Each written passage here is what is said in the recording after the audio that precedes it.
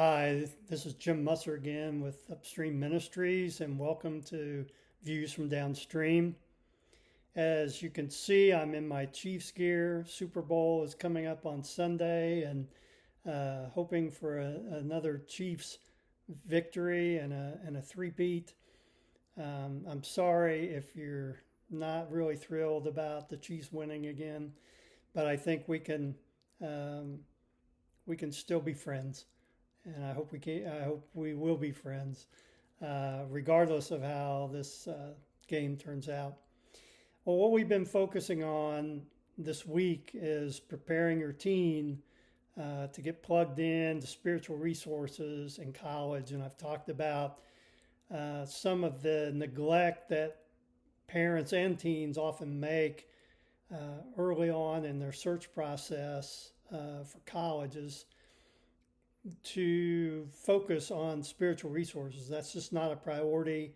And typically it becomes a priority to the parents in the summer before they walk on the campus. And that's a little late if you really want them to be plugged in. And I have an example for you that doesn't happen very often, but I was thrilled for it. I got a call from a parent of a incoming freshman, and this was in the spring, I think, before he started college. And the parents wanted to meet with me and meet him and talk to him about what my ministries, Campus Christian Fellowship, did on campus with students and how he might be able to get plugged in. And so we set up a time to meet.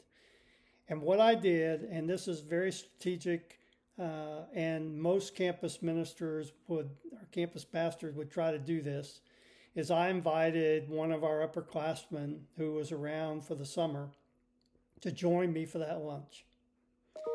And it was a great experience in visiting with this young man, because the student in our group connected with this incoming freshman, and they built quickly a friendship, and they texted back and forth during the summer and met up again. And our student was keeping him informed of what was going on, or what would be going on in our campus ministry in that first week that he was on campus.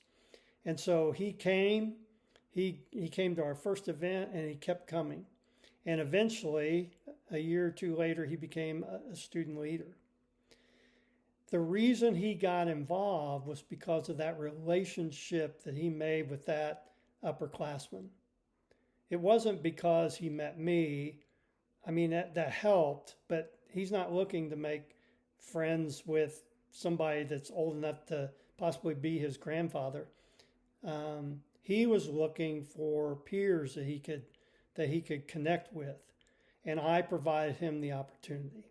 That's the power of connection that your students can get with meeting with people in various campus ministries, wherever they're thinking about going or planning to go. And so one of the things that I encourage in my book, Is Your Faith Ready for College, is that both students and parents, but primarily the students, focus on finding out who these what these campus ministries are, and select one or two. And when they're visiting the school, to make arrangements to visit with the campus pastor. And I can guarantee you, as a former campus pastor, we love that. It doesn't happen nearly enough, but we love it when incoming freshmen are taking the initiative to want to find out what we're doing on campus and how we might help that person. And so they would do that. And I'm sure if the opportunity is there, they'll invite one or two of their students there to that meeting as well, because they know, as I do, that that's what the students are really interested in. They want to meet other students. And so I would really encourage you as you're beginning the search process and the visiting and making final decisions to make spiritual resource availability one of your main priorities as you look at schools. And I've said this before, if there are no real good spiritual resources at the school that your child is considering, I would mark it off the list because it's that important. And as Jesus said, a person can gain everything, but if he loses his soul, what is that worth? And that's the key. He can get your student can get the degree and get a great job, but if they lose their faith in the process, that's not a real victory at all. And so anyway, we need to encourage our students to find those resources. And we have to push them a little bit, but it'll be well worth it. So don't be discouraged if your child wants to go to a secular university. There are resources there. All you need to do is find out what they are and get connected with them to find more out about them. And then your student can choose which ones they want to take advantage of. But there are so many opportunities that God is working through on the university campus.